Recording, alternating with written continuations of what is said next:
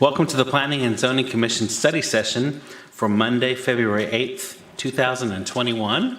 It is 6 p.m. and I call the meeting to order. I'd like to thank the commissioners for your service this evening. And we'll start with study session item A1, discuss regular agenda items. That bumps us over to C1, consider approval of the attendance matrix for the Planning and Zoning Commission as presented and take appropriate action. Everyone good with the attendance matrix? Yes, it appears so. Very good. Item C2, consider approval of the January 25th, 2021 Planning and Zoning Commission minutes and take appropriate action. Any comments, concerns, spelling errors on the minutes? Everyone's good with the minutes. All right. Moving on to item D1, it's a public hearing. Conduct a public hearing and consider the request for a specific use permit for a tattoo studio on an approximate 3.39 acre property located at 13720 Midway Road, Suite 102, and take appropriate action. Questions, concerns, comments? Hi, Andy.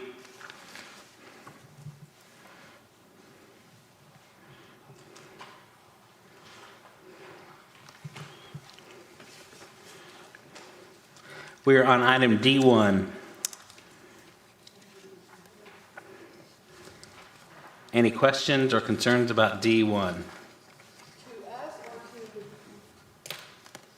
is it going to be, we'll have a presentation then that we could ask them. Okay. Yep. Okay, no questions on D1. Moving on to D2, conduct a public hearing and consider a request to amend the comprehensive zoning ordinance, including but not limited to amending Article 2.4 permitted uses, Section C, use table related to banquet hall or event center, and Article 2.5 land uses requiring special performance standards by adding performance standards for banquet hall or event center, and take appropriate action. Anyone with any questions, comments, concerns on D2? How many event centers do we have in Farmers Branch? 3? Was that the 3 that were on the thing and that's all? Yes, the 3 that are operating. The 4th one have an valid SUP, but there is no one occupying that on LBJ, the 4051 LBJ location. I didn't know where that was on LBJ. It's near that Sawgrass Steakhouse, that complex. So that went through? I mean, we okayed that, but that was never built out and somebody else opened up in there. I was going to say that you're right. The commission and council took action on a specific use permit for that site, gosh, probably about 2 years ago, Yeah. I would think. So, and I don't recall, I think Brian, do you recall? I know you'd done some research on them. They never did open up, did they? Occupied That's the, what I thought, yeah. They didn't open up, but I think something else opened up in part of that space there because they had a huge space that they were going to build out. So are we counting that as an event center? Well, as Sharupa mentioned, the zoning was approved to allow for it, but it's never opened up, and it's the problem is in future, if someone would like to avail or open an event center in that same SUP or that location, they can. Unless, Are we still allowing people, I mean, I guess we don't own the center, but that's getting ready to be gone. if the place goes away with a new zoning approval, then the SUP will no longer be valid because a different use or a occupant will occupy the building or the premise with the Presidium project. right. So the plan was eventually that multi-tenant center would be demolished when the site is redeveloped, but that was part of the second phase of development on the multifamily. Okay. The other aspect associated with that specific use permit is that without a tenant occupying it, then in all likelihood it's going to expire if it has not done so already. Okay. Because it was granted subsequent to the adoption of the expiration procedures on SUPs back in, I think it was January 2017 when we did that. Yeah, I remember it was a good idea, but no, okay. Any other questions on D2? Who is presenting D1? I will be presenting D1. You're presenting D1? So D1 and D2. D2. Perfect. Thank you so much. All right. That moves us on to study session item A2, presentation and discussion related to the Cottongroves, McKinney, Texas residential development. Commissioner Brittle and staff will present information related to the Cottongroves residential development located in McKinney, Texas. Commissioner Brittle and staff. So Tina Fergans, Director of Planning. I'm going to be the staff part of this presentation along with Commissioner Birtle. So give me just a moment here.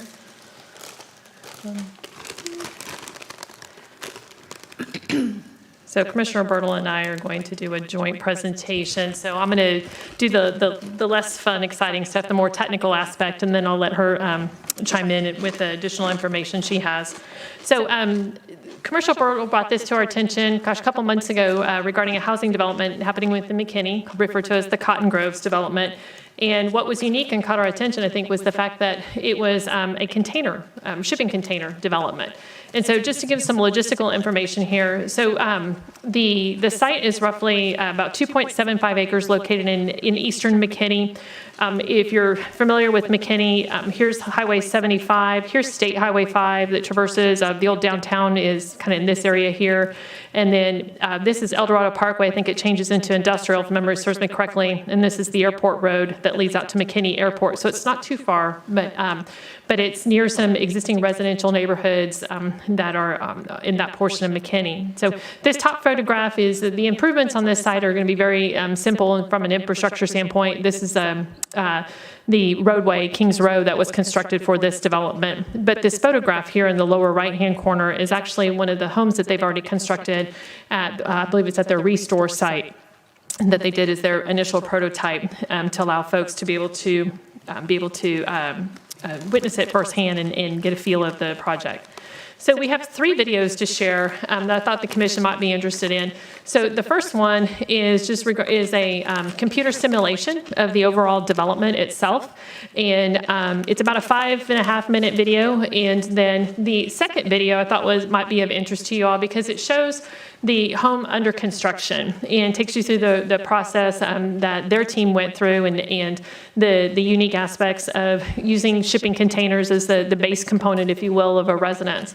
And then the last video I would like to share is actually a news story that CBS 11 had done just here recently in December of 2020 that really shows the article focuses on 2 components. One is associated with this being an affordable housing development within McKinney, and then the second component is it shows what one of the residents looks like with all the fixtures and furniture placed in there. So to me, it felt like it gave a better sense of scale, if you will, regarding the size of the homes, and then for families that are looking to live within them. So let me start with the first video.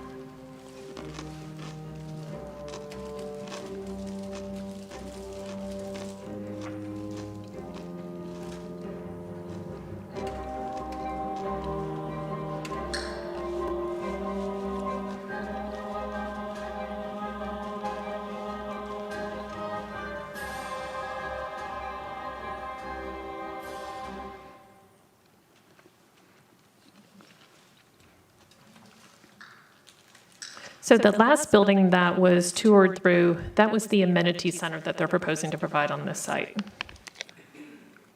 So the second video is showing, Where it all started, in the parking lot of the Restore. The first two piers that we would eventually set the container welded them on. okay, hold on just a minute. So that one, sorry about the overlap. I'll try this back here. We want to thank Martin Marietta for the aggregate donation that made this possible. Here's the containers coming to the site from the fabricator. Excalibur did a great job in the fabricating, cutting out the interior walls, doors, and windows. We set them, the first two on the ground and then the second two on top, welded them together, and it took about 3 hours to set all 4 containers. And a crane, of course. And this is the final product with them stacked together. Now you see the inside. And we had some amazing welders on site helping us, and our Habitat crew chiefs came out to help us. This is them putting the exterior siding on. First came the stone, and then on the second floor we did hardy siding.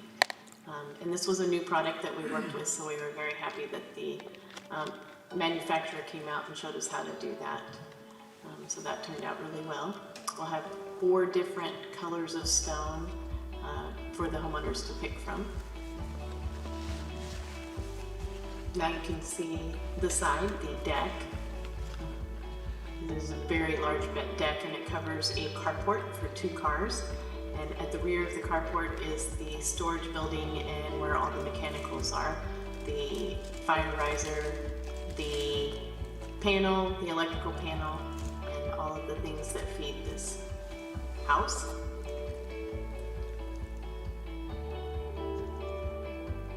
Good morning. Welcome to our training center, our prototype of our 35 townhome subdivision community called Cottongroves.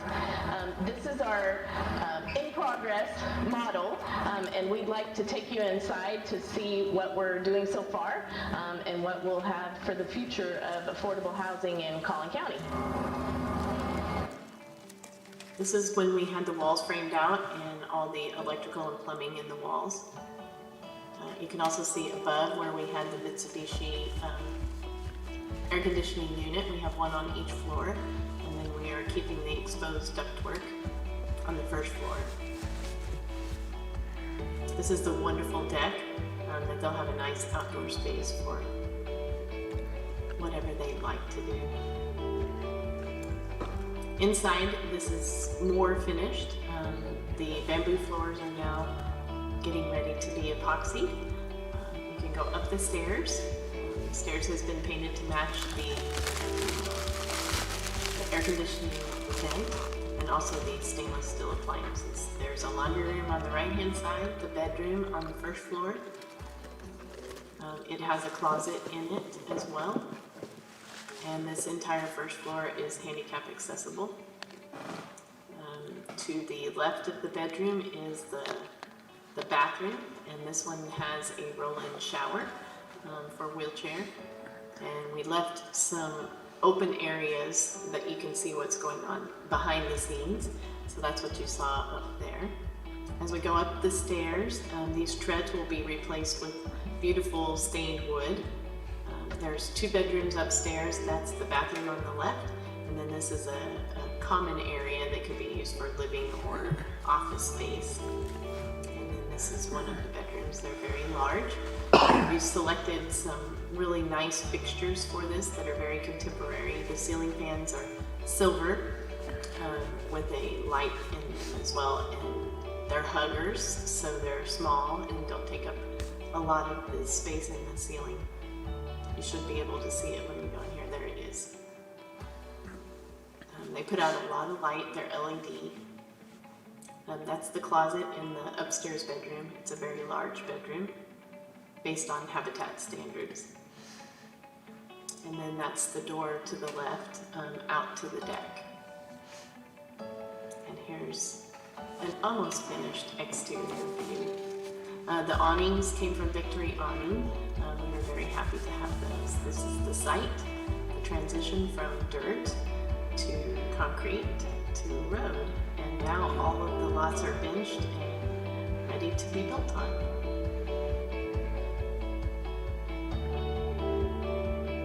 We want to invite you to come and visit us and come see the project. www.thecottongroves.com.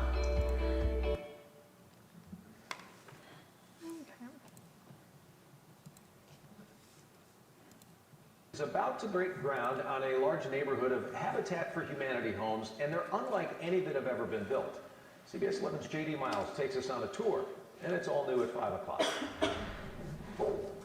Sharon and Curtis Palmore explored the bedrooms and kitchen in disbelief.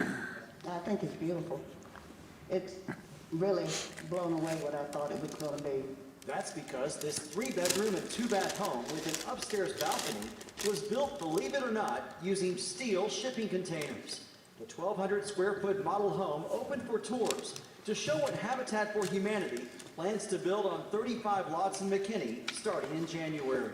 But the need is great, especially COVID. We've seen a huge increase. This is the first Habitat for Humanity home in the country to be built out of shipping containers, according to the Collin County chapter. The organization admits that it was worried about whether people would like it, but they say today's tours have been getting rave reviews. But as people are walking through this model, they're like, wow, I can't believe it looks this amazing. So yes, there is a stigma, but once people see it, that stigma goes away very quickly. And I think it's a wonderful thing that they're doing for people who have trouble getting homes, low-income people. The Palmores say they've been struggling to pay rent on their Plano apartment and are excited to be one of 6 buyers already qualified. The pandemic has been a trial. His hours were cut tremendously. And I'm on disability. I can only work so many hours a week. Habitat for Humanity says the homes will be offered with mortgages set at 30% of the owner's income with 0% interest. By refurbishing the shipping containers and giving them a second chance, these homes will soon be available to dozens of families who deserve one as well. In McKinney, J.D. Miles, CBS 11 News.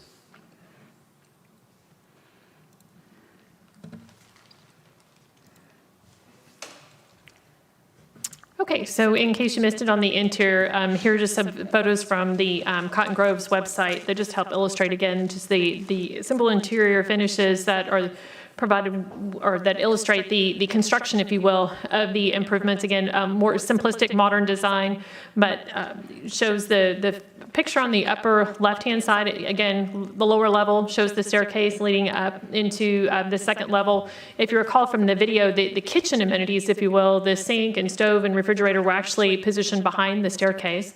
And then that's your lower photo on the lower left-hand side. The photos on the upper right and lower right side then are just some pictures of the interior finish out on the upper floor.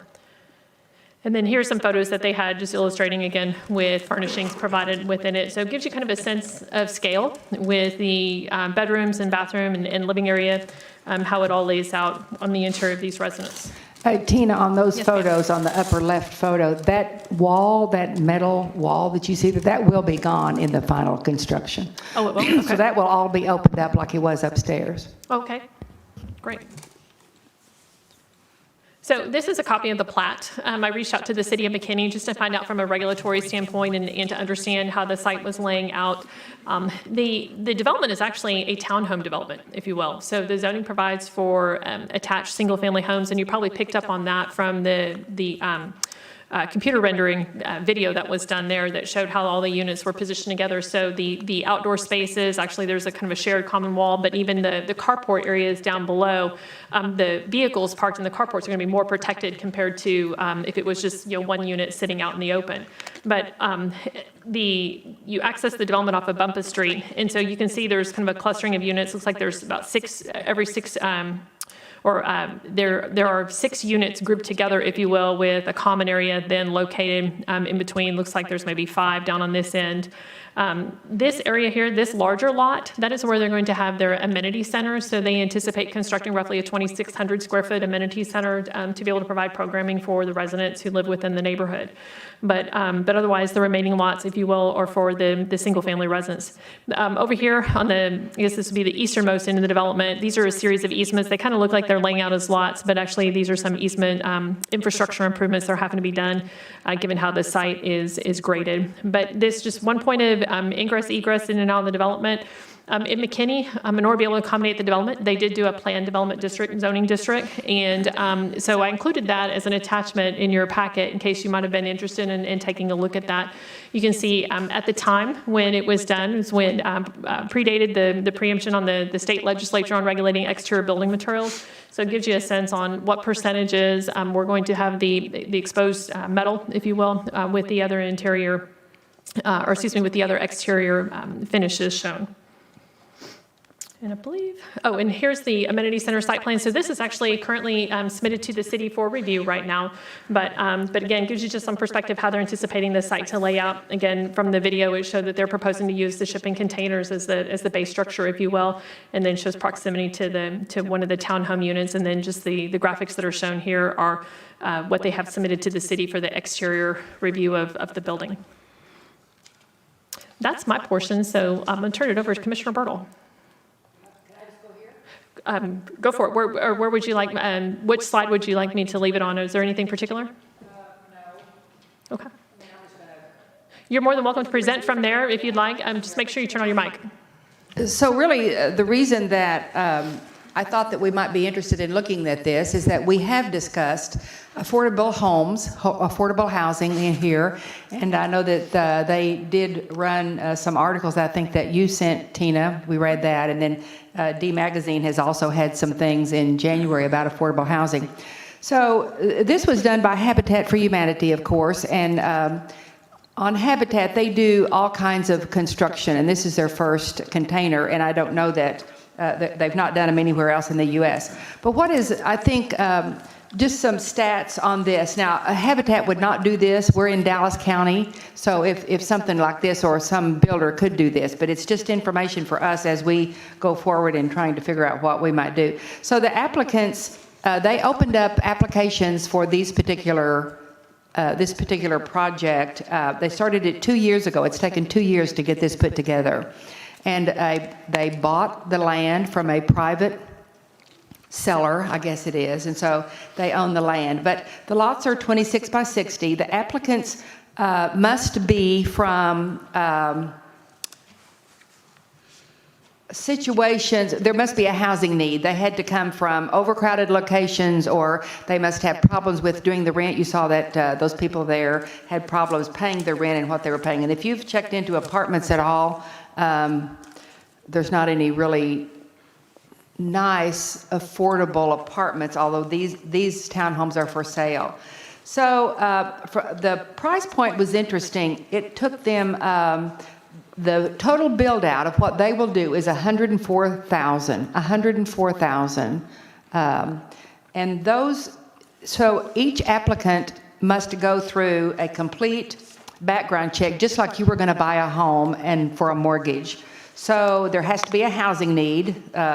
So they have to live in substandard or crowded or whatever. There must be a willingness to partner with Collin County, the ability to pay a mortgage, an affordable mortgage. So they have their, they must turn in all of their income. They must turn in their pay stubs, just like if you were applying for a regular mortgage. They must be stable residents and employed for 12 months. They must live in Collin County. They must be a permanent resident or a U.S. citizen. They must have good credit with no collections or charge-offs. They must have no criminal background. They have a criminal background screening. So you can see that there's a lot of things that they have to go through in order to be able to apply for these. They're just not giving them out or doing them to anybody. So they had, within the first week of opening up, they had 500 people apply to be able to purchase one of these homes. And they now have 7. They said 6 on here, but they have 7 as of now that have been done, and they will build the homes only. They've not started yet. They still have one more clearance from the city that they must have, and then they will start them as they sell, as they have someone that qualifies. So they will cut off the qualification, the application process the end of February. So they will have, so the average, they will have to do a mortgage, and who carries that mortgage is Habitat for Humanity. And so in this particular instance, and so they cannot pay, no matter what the unit cost Habitat, the people that are purchasing the home cannot pay over 30% of their gross income in their, for their mortgage. Their mortgage will not have interest rate on it. And she said most of the people are paying between $700 and $800 on these mortgages and on these homes. And so they are very particular about how you do get one. And then it's what you then qualify is, I guess it's the HUD standard, isn't it, for, let me see what I'm saying here. What HUD declares as the standard price of the homes around the area, then they can't pay over, or the income, they can't pay over the 30%. Right, so it's probably, I know they mentioned in the video, no more than 30% of their AMI, which is their average median income. Average median income, yeah. So, and just to kind of help put that into perspective, my apologies, I did not look up the number for McKinney, but just to help you understand what the average median income is here in Farmers Branch, is it's a little over 74,000. They're using the Dallas numbers. Oh, they are? They're going Okay. for Dallas numbers. And so they expect that this would be built out in 2 years.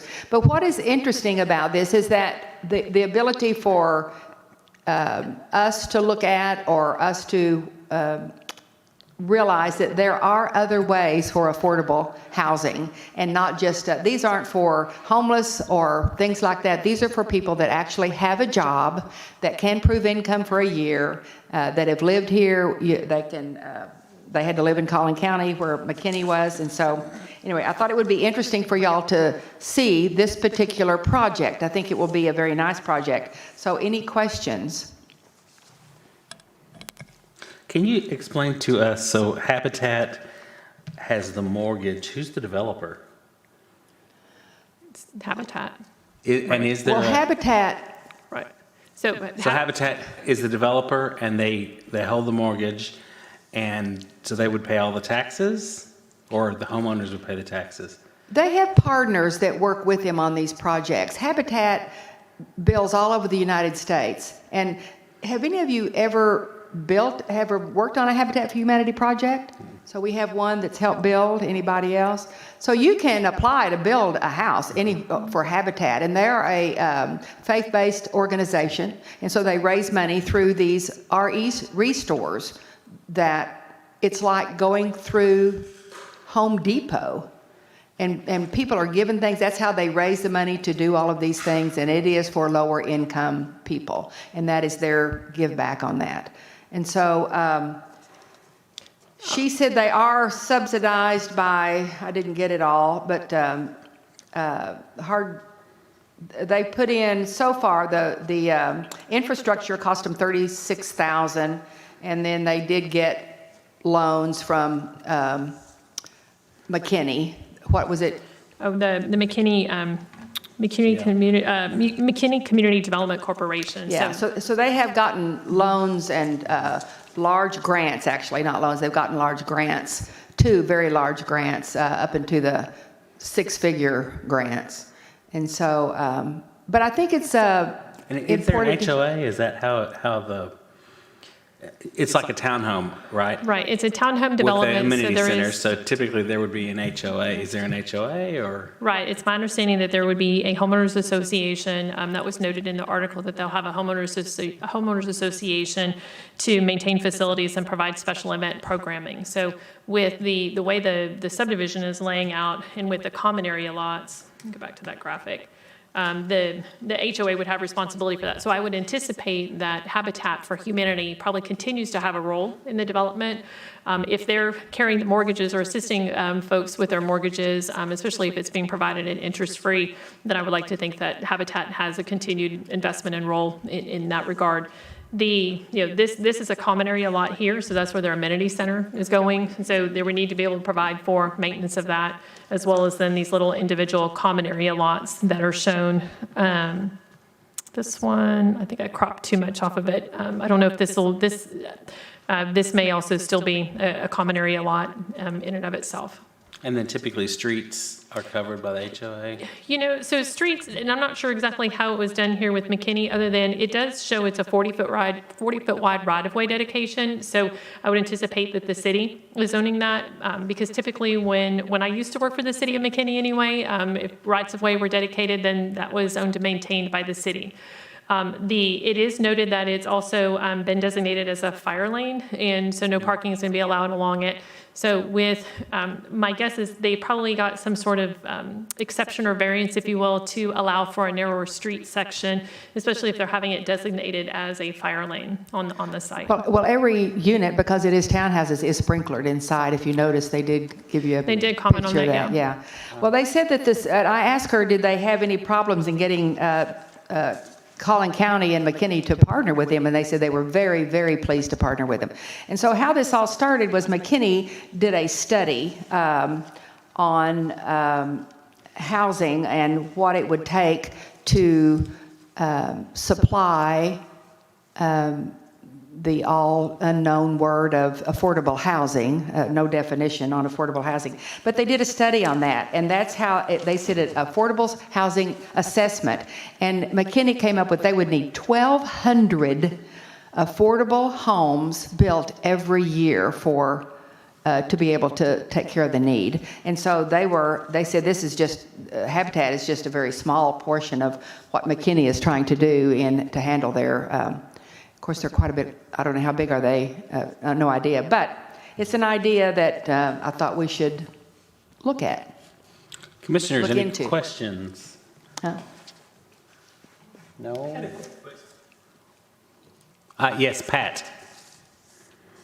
Yeah, it's more for Tina. So separating the affordable housing part, if a developer came to us, maybe it's just for profit and wanted to do townhomes like this, they had a piece of property, what are the gaps that we would have to do, like in our planning and zoning ordinances to allow something like this? And the affordable thing, yes, that's the financing part, but just using container houses to build townhomes like this, would we allow that now? What would be the gap to get there? So, great question. That's a big question, so a lot of detail, sorry. No, that's all right. So I'll start with the zoning portion first. So we do not have a traditional single-family attached zoning district. So in all likelihood, we would probably be writing a planned development district, which is no different than what we do for many residential developments that are happening within the city. So there would have to be, if someone came in and had a piece of land that they wanted to do townhome development on, then we would do a rezoning phase. There would likely be a site plan involved with that, and then eventually a plat. From a construction standpoint, right now, as a result of the changes in the legislature 2 years ago, from a building materials standpoint, then there's much more flexibility that would be allowed to be able to accommodate a development like this. So as you've heard us say in the past, that as long as the building materials are allowed for within an international building code that's been adopted within the last 3 code cycles, then someone's able to get their approvals and for their building permit. If that, prior to the change in the state legislature, in all likelihood, as when we're working through the zoning aspect, we would learn more about, okay, help us understand with the shipping containers, are you proposing to use any additional materials on the exterior, much like what McKinney did, and would probably establish some minimum base materials for the exterior requirement. If they were coming to us and say, hey, we want to do 50% masonry on the front, and we're only interested in having 10% of masonry on the sides, then we would work through with them and write that into the zoning to establish those development standards. Andy. Thank you. So I know that they're in the very beginning stages of this, and Habitat seems like it's going to be involved for a long period of time. But has there been any analysis of the commercial viability of these properties in the future? I mean, in the ideal world, all of these homeowners are able to complete their mortgages and purchase their properties, or even if just one is, if it stops being an affordable housing project through Habitat, is there commercial viability that just regular people will want to buy these units because they're made out of shipping containers? And then the follow-on to that is do these have a different construction length of time rating than other houses do? Do you know in your conversations with them? Okay.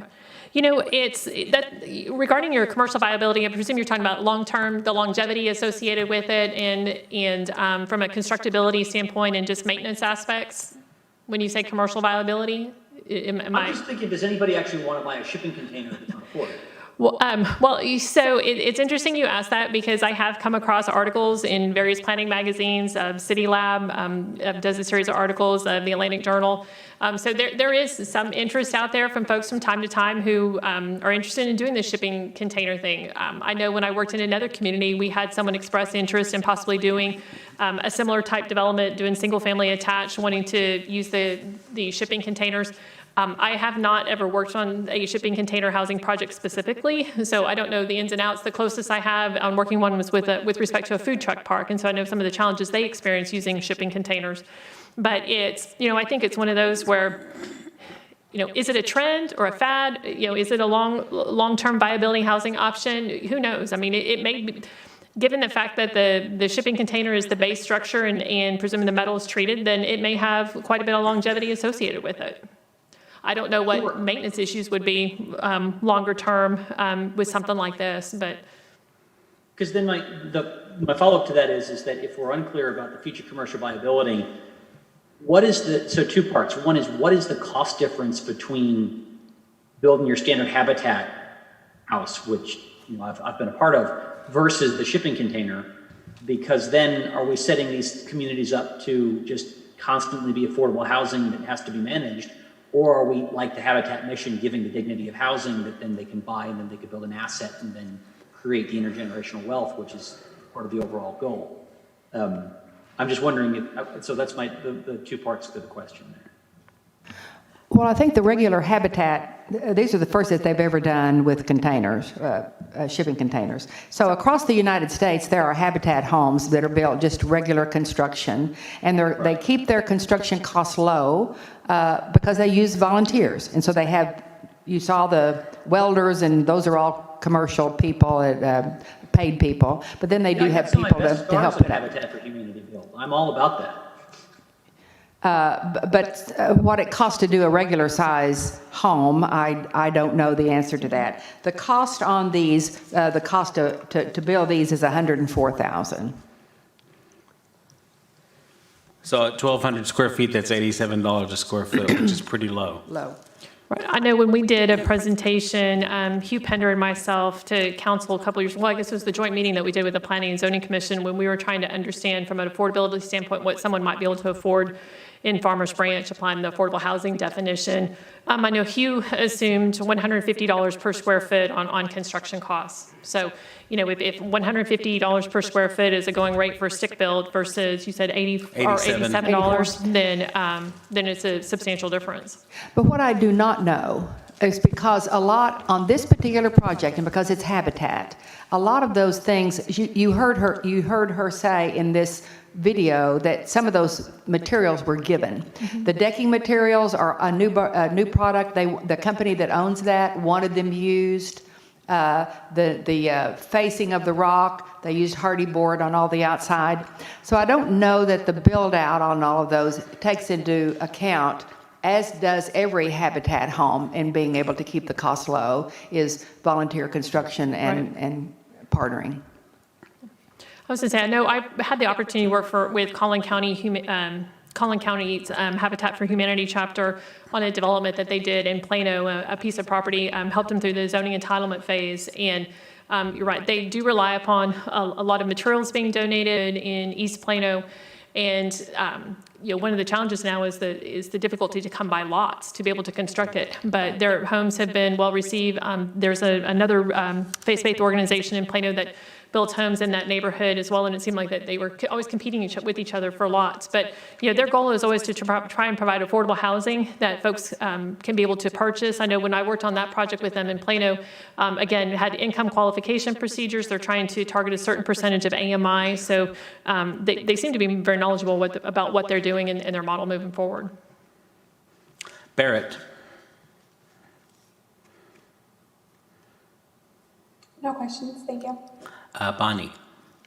The lien holder essentially is Habitat for Humanity, and then and based on my math, that they're $104,000 and you're paying around $700 a month. It's a 12-year mortgage. So in 12, well, even in 5 years, if you need to move somewhere and you have to sell it, are there deed restrictions, and how do you get the equity out of the home?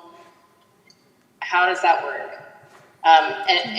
Or if you paid it off, you paid it for 12 years and then you went to sell it, how do you ensure that it stays low-income housing if there's market appreciation or demand for? So those are all good questions, and unfortunately, we do not know the answers to those. And then I also, when you talk about addressing low-income housing issues, and it talked about the credit checks, and those typically are issues that are problematic for people in low incomes. You look at like the Aaron's Rental Center, right? And they're preying on people that are low income because they don't have great credit.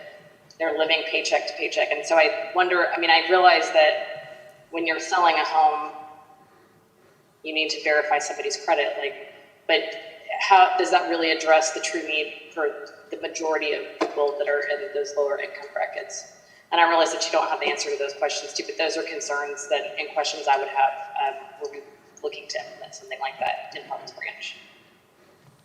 Yeah, I would like to think that with Habitat for Humanity that they have a proven model that works if they're involved in the project, and how that works in terms of structuring the mortgage to ensure that one, that the homeowners are able to pay it and be able to sustain that for the long term. And then in terms of if that home was sold in the future, I would like to think that probably Habitat for Humanity has some sort of role in that, but I'd be purely speculating on that aspect. I think they, from what I understood, and I guess I can't say that for sure, is that they use the same model as to that model for years and years. So I don't know, Bonnie, what that is as far as the resale. Amber? No questions. Vice Chair Williams, no questions. How are they attached to the foundation? Is it like a mobile home? That is a good question. So you saw them putting down the piers and the whatever that they connected that to. So they're connected. They're put into So it's piers. like a mobile home. How else would I think mobile homes are tied down. Right. These are secured on cement footings. Right. I was trying to think from the video. It showed them on a concrete foundation and were secured on the footings. Mm-hmm. They're permanent. You can't haul them off on the back of a truck. All right. Super. Very good. Thank you. Thank you. Moving on to A3, discuss agenda items for future planning and zoning commission consideration. Any topics that anyone wants to add to the work list? Any questions about topics on the work list? All right, seeing none, I will close the study session at 6:47 p.m.